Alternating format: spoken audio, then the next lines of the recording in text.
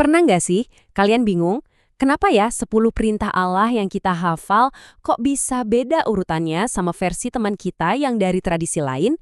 Nah, kalau pernah, tenang aja, kalian nggak sendirian. Ini tuh semacam teka-teki yang seru banget dan hari ini kita akan pecahkan misteri ini bareng-bareng.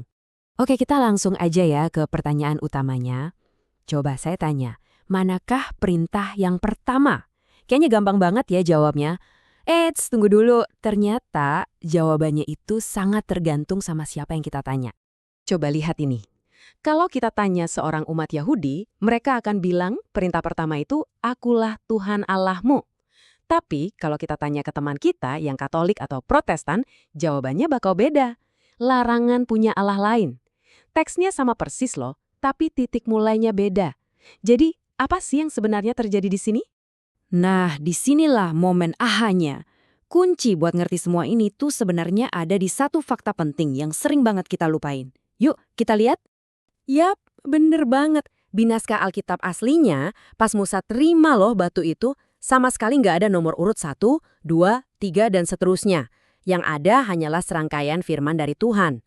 Penomoran yang kita kenal sekarang, itu adalah hasil tradisi yang ditambahkan jauh di kemudian hari. Jadi itu bukan bagian dari teks aslinya.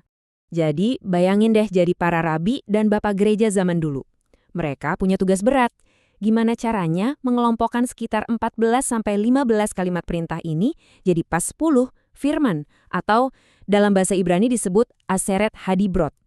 Nah, dari proses pengelompokan inilah akhirnya lahir tradisi penomoran yang beda-beda itu. Sebenarnya, semua perbedaan yang kelihatannya rumit ini intinya cuma ada di dua hal kok. Kalau kita paham dua poin ini, kita bakal langsung ngerti gambaran besarnya. Mari kita bedah satu persatu. Oke, poin pertama. Ini soal ayat-ayat tentang penyembahan berhala. Pertanyaannya gini, larangan punya Allah lain sama larangan bikin patung ukiran itu dua perintah yang beda atau sebenarnya satu perintah yang sama? Begini logikanya. Teman-teman Protestan biasanya memisahkan ini jadi dua. Perintah pertama soal kesetiaan hati hanya kepada Tuhan. Perintah kedua, soal larangan secara fisik membuat berhala. Nah, kalau tradisi Katolik, yang banyak dipengaruhi Santo Agustinus, melihatnya sebagai satu kesatuan. Bagi mereka ya, membuat patung itu kan cuma salah satu wujud nyata dari punya Allah lain. Jadi itu satu perintah. Poin perbedaan yang kedua ada di bagian akhir daftar perintah, soal larangan mengingini. Pertanyaannya, larangan mengingini istri orang lain dan mengingini hartanya itu satu perintah yang sama tentang ketamakan atau dua perintah yang berbeda? Kalau di tradisi Protestan dan Yahudi, ini dianggap satu perintah pamungkas tentang bahaya ketamakan secara umum. Jadi semuanya digabung, tapi tradisi Katolik memisahkannya. Mengingini istri sesama itu dilihat sebagai dosa terhadap kekudusan pernikahan, beda sama mengingini harta yang dianggap dosa terhadap hak milik. Makanya ini dipecah jadi perintah ke-9 dan ke-10. Nah, tabel ini merangkum semuanya dengan jelas banget. Coba perhatikan baik-baik.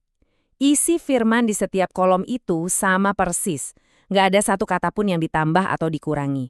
Bedanya murni cuma di mana kita naruh garis pemisah antar nomor. Jadi ini bukan soal konten yang beda, tapi cuma cara mengelompokkannya aja yang beda. Oke, setelah kita lihat bedanya di mana, sekarang yuk kita geser ke poin yang jauh lebih penting. Kesamaan fundamental yang sebenarnya menyatukan kita semua.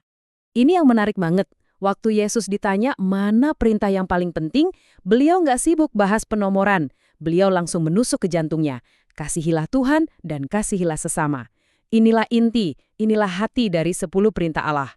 Yang jelas jauh lebih penting daripada cara kita menghitung urutannya. Ini poin kuncinya teman-teman. Mesti kita ingat baik-baik. Walaupun nomornya beda, seorang Katolik tetap dilarang kok menyembah berhala. Dan seorang Protestan juga tetap dilarang mengingini istri sesamanya. Substansi atau isi perintah Tuhan itu nggak berubah dan berlaku sama untuk semua orang.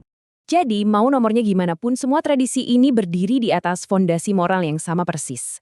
Nilai-nilai inti seperti setia pada Tuhan, hormat pada sesama, jujur, penuh kasih, menghormati keluarga, itu semua adalah warisan bersama yang jadi panduan hidup kita semua.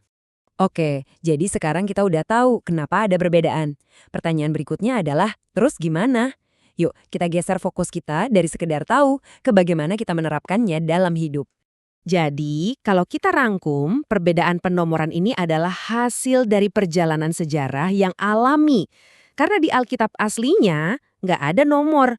Ya wajar kalau setiap tradisi yang dibimbing oleh para pemikir besar akhirnya punya cara pengelompokan sendiri yang paling pas dengan penekanan teologis mereka masing-masing.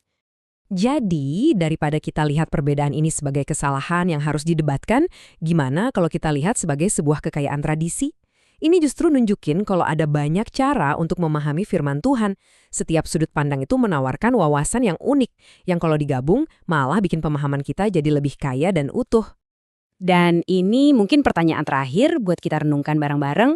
Pada akhirnya, tujuan 10 perintah Allah itu kan bukan buat lomba hafalan urutan yang benar ya kan? Tapi untuk dihidupi, untuk jadi pesan dalam hidup kita. Jadi pertanyaan yang jauh lebih penting daripada nomor berapa yang benar adalah, apakah hidup saya hari ini sudah mencerminkan kasih kepada Tuhan dan sesama? Mari kita sama-sama merenungkannya.